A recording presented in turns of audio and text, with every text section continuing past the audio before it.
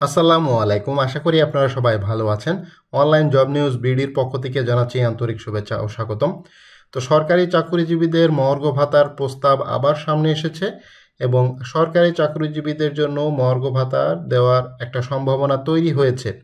তো এই মহার্ঘ ভাতাটা আসলে এক প্রকার মানে সরকারি চাকরিজীবীদের সামনে মূলা ঝুলিয়ে রাখার মতো একটা অবস্থা।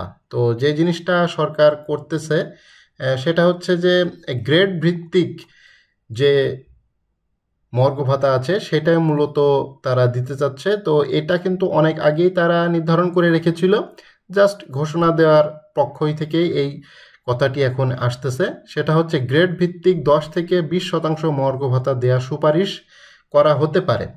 তো সেক্ষেত্রে যে জিনিসটা হচ্ছে যে গত জানুয়ারি থেকেই কিন্তু এই মর্গ ভাতার বিষয়ে কিন্তু কর্ম পরিকল্পনা ছিল সরকারের, এবং এই সংক্রান্ত কিন্তু একটি কমিটিও গঠন করে দেওয়া হয়েছিল। সেই কমিটির প্রাথমিক যে আলোচনা বা তাদের যে কর্মকাণ্ড সেটা থেকে বোঝা যাচ্ছিল যে 10 থেকে 20%-এর বেশি মর্গ ভাতা কিন্তু তারা দিবে না। তো সেই ক্ষেত্রে কিন্তু এই 10-20% মর্গ ভাতা এই বিষয়টা কিন্তু একটু জটিল বলা যায়।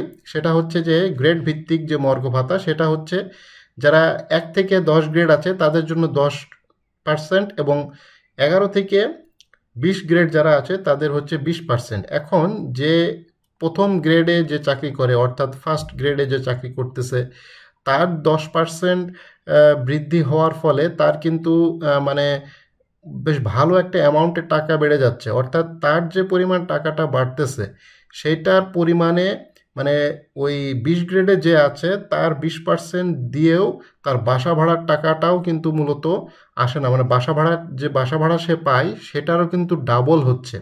আপনারা জানেন যে বাসা ভাড়া 20 গ্রেডে যেদের বাসা ভাড়া দেওয়া হয়ে থাকে আম, জেলা শহরগুলোতে 50% এবং সিটি কর্পোরেশন এলাকাতে 65%। তো সেই পরিমাণ টাকাটাও কিন্তু হচ্ছে না। কিন্তু যে প্রথম গ্রেডে আছে অর্থাৎ আপনারা দেখতেই পারতেছেন জাতীয় বেতন স্কেল 2015 যে চার্ট, প্রথম গ্রেড তার 78,000 টাকা নির্ধারিত। তো এই গ্রেডগুলো আপনারা একটু খেয়াল করেন যারা এই ভিডিওটা দেখতেছেন, এই প্রথম দ্বিতীয় তৃতীয় চতুর্থ পঞ্চম, হ্যাঁ, এখান থেকে যারা এই 10 গ্রেড পর্যন্ত যারা আছে তাদের বেসিকটা একটু খেয়াল করেন। এখানে প্রথম গ্রেড আছে 78,000, দ্বিতীয় গ্রেড আছে 66,000, তৃতীয় গ্রেড আছে 56,500, চতুর্থ গ্রেড আছে 50,000, হ্যাঁ, পঞ্চম গ্রেড আছে 43,000। এই এইদেরকে তো আসলে কোনো প্রয়োজন নাই, এদের মানে মর্গ ভাতা দেওয়ার আসলে কোনো প্রয়োজনই নাই। তারপরও সরকার কেন এদেরকে মর্গ ভাতা দিচ্ছে এটাই মানে বুঝতেছি না আসলে। নীতি নির্ধারক পর্যায়ে তো আসলে এই প্রথম দ্বিতীয় তৃতীয় গ্রেডের লোকজনই আছে, অর্থাৎ সচিব পর্যায়ে যে সকল লোক আছে তারা কিন্তু তারা তো আর ফাও ফ্রি বসে তো এই আপনার চাকরি বাকরি করবে না। অর্থাৎ এই বৈঠক তো তারাই করতেছে, তো তারা তো এসি বাতাসে এসি রুমে বসে বৈঠকটা করে নিজেদের মোটামুটি একটা ভালো একটা অ্যামাউন্ট কিন্তু তারা নিয়ে নিচ্ছে। তাদেরকে যদি 10%ও দেওয়া হয় সেটা 7,800 টাকা, এবং মানে সর্বোচ্চ সর্বনিম্ন হলেও 5,000-এর উপরে কিন্তু তারা মূলত যে ভাতাটা পাবে মর্গ ভাতা। আবার এইটা যদি 15% করা হয়, আমি 10% হিসেবটা বললাম, এটা যদি 15% করা হয় সেক্ষেত্রে কিন্তু আরও বেশি বেড়ে যাচ্ছে, এবং 15% করার প্রস্তাবও কিন্তু আছে। আপনারা দেখেন যে অর্থ বিভাগের যে খসড়া প্রস্তুত করেছে সেখানে 11 থেকে 20তম গ্রেডের জন্য সর্বোচ্চ 20% এবং প্রথম থেকে 10তম গ্রেডের জন্য 10% বা 15%। তো এই খসড়া কারা প্রস্তুত করেছে? ওই সচিবরাই প্রস্তুত করেছে। এখানে ওই 20তম গ্রেডের কোনো কর্মচারীও নাই বা 11তম গ্রেডের কোনো কর্মচারীও নাই। ওই যারা খসড়া প্রস্তাব করেছে তারা প্রথম দ্বিতীয় এবং তৃতীয় গ্রেডের যারা আছে তারাই মূলত এই খসড়াটা প্রস্তাব করেছে। তো তারা তাদের এই 10%-এর হিসেব তো তারা করবে না, তারা ওইখানে 15% হিসেব করে মূলত এই জিনিসটা করে দিয়েছে।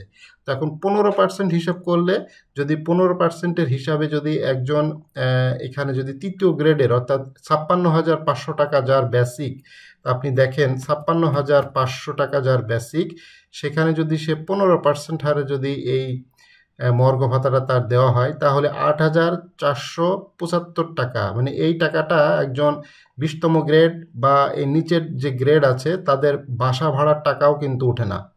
হ্যাঁ, বাসা ভাড়ার টাকাটাও কিন্তু এত টাকা পায় না। অথচ তারা এই মর্গ ভাতা হিসেবে এই প্রথম দ্বিতীয় তৃতীয় গ্রেড যারা আছে তারা এই মিনিমাম 5,000 টাকার উপরে কিন্তু তারা পাবে। তো তাদেরকে আসলে মর্গ ভাতা দেওয়ার কোনো প্রয়োজনই ছিল না। তারা অলরেডি তাদের যে বেতন স্কেল দেওয়া হয়েছে 2015 সালে, সেখানে তাদের ভালো একটা অ্যামাউন্টের টাকা পয়সা কিন্তু তারা পাচ্ছে এবং তারা বেশ স্বাচ্ছন্দ্যে আছে। সচিব পর্যায়ে যারা আছে তারা স্বাচ্ছন্দ্যে আছে, উপসচিব পর্যায়ে ডিসি ইউএনও যারা আছে তারা স্বাচ্ছন্দ্যে আছে। তারা বেতনও বেশি পাচ্ছে, আবার দুর্নীতি করে টাকাও বেশি কামাচ্ছে। তো তাদের কোনো সমস্যা নাই। যারা 11 থেকে 20 গ্রেডের যে সকল কর্মচারী আছে তাদের তারা কোনো দুর্নীতিও করতে পারে না, বা তাদের কলমের খোঁচায় কোনো কিছু মানে উল্টোপাল্টা হয় না। বাট একজন সচিব, উপসচিব, ডিসি, ইউএনও তাদের একটা কলমের খোঁচাতে অনেক কিছু কিন্তু পরিবর্তন হয়। তো এই জিনিসগুলো সরকার কিন্তু জানে, জানার পরেও কিন্তু করবে না। কারণ কি? কারণ ওই নীতি নির্ধারক যারা আছে তাদের তো মানে ব্যালেন্স রাখতে হবে, তাদের সাথে সমন্বয় করে রাখতে হবে। ব্যালেন্স না রাখলে তো সরকার আসলে সেভাবে কাজ করতে পারবে না। তো সেইটাই মূলত মূল ফ্যাক্ট। এখানে যে জিনিসটা বলা হচ্ছে যে 11 থেকে 20 গ্রেডে তাদের সর্বোচ্চ 20% দেওয়ার প্রস্তাব আসতে পারে, এবং প্রথম থেকে 10 গ্রেড যারা আছে তাদের 10 থেকে অথবা 15% হারে একটা প্রস্তাব কিন্তু আসতে পারে। তো এইটা আসার ফলে আজকের যে মিডিয়াতে যে খবরগুলো প্রকাশ হয়েছে, সবগুলো পেপার পত্রিকায় এই খবরটা বেশ বড়সড় আকারে প্রকাশ করা হয়েছে যে সরকারি চাকরিদের মর্গ ভাতা দেওয়া হবে, এবং এটা গ্রেড ভিত্তিক মর্গ ভাতা দেওয়ার পরিকল্পনা আসতেছে। এবং আগামী 20 মে উপদেষ্টা সালেউদ্দিন আহমেদ, অর্থ উপদেষ্টা, তিনি কিন্তু একটি মিটিং করবেন, ফাইনাল একটি মিটিং হবে এ সংক্রান্ত। আসলে ফাইনাল মিটিং এটাই হয়ে গেছে, অলরেডি খসড়াটা প্রস্তুত করা হয়ে গেছে, জাস্ট তার সামনে উপস্থাপন করা হবে, তিনি জাস্ট অনুমোদন দিয়ে দিবেন এবং বাজেটে একটা ঘোষণা চলে আসবে। এছাড়া কিন্তু এটার কোনো পরিবর্তন আর আসতেছে না। অর্থাৎ ওই 11 থেকে 20 গ্রেডের যে সকল কর্মচারী আছে তাদের মূলত 20% মর্গ ভাতায় মূলত আসতেছে। এর বেশি আসলে আসার সম্ভাবনা খুবই কম। যদিও আগামীকাল 16 তারিখ শাহবাগে এবং এখানে কিন্তু একটি বড়সড় আন্দোলনের ডাক দেওয়া হয়েছে। আপনারা জানেন গতকালকে এবং আজকে শাহবাগ কেন্দ্রিক কিন্তু অনেক আন্দোলন হচ্ছে। সেই আন্দোলন কিন্তু সরকার কঠোর পদক্ষেপ নিচ্ছে। তো কালকের আন্দোলনটা সরকার কিভাবে নিয়ে হ্যান্ডেল করবে এবং সেই আন্দোলনে আসলে কিভাবে সক্রিয় অংশগ্রহণ করে এটার আন্দোলনটা আদায় করবে, এটা একটা বড় ফ্যাক্ট, বড় একটা চ্যালেঞ্জ। তো যারা কালকে আন্দোলন করতে যাচ্ছেন, ফেসবুকে দেখতেছি সবাই আন্দোলনের জন্য প্রস্তুতি নিচ্ছেন, সেইটা আসলে কতটা সফল হবে সেটাও একটা দেখার বিষয়। বাট আপাতত মনে হচ্ছে সরকারি চাকরিজীবীদের একটা মর্গ ভাতা আসতেছে, বাট ওই 20%-এর বেশি হয়তো আর আসবে না, যেটা 11 থেকে 20 গ্রেড। এবং যারা সচিব, উপসচিব আছে তাদের যদি 1%ও মর্গ ভাতা দেয় তাতেও তাদের লাভ। তো সেখানে 10%, সর্বোচ্চ 15%-এর কথাবার্তা হচ্ছে। তো তারাও চেষ্টা করবে সর্বোচ্চ 15% নেওয়ার জন্য, যেহেতু তারাই আসলে মিটিং করবে ওই অর্থ উপদেষ্টার সাথে। ওই মিটিংয়ে তো আপনার 20 গ্রেড বা 11 গ্রেডের কোনো প্রতিনিধিত্ব থাকবে না। তো সেক্ষেত্রে ওই আপনার সচিবরা তাদের যে জিনিসটা আছে, টাকার অঙ্কটা, সেটা তারা বাড়িয়েই নিবে।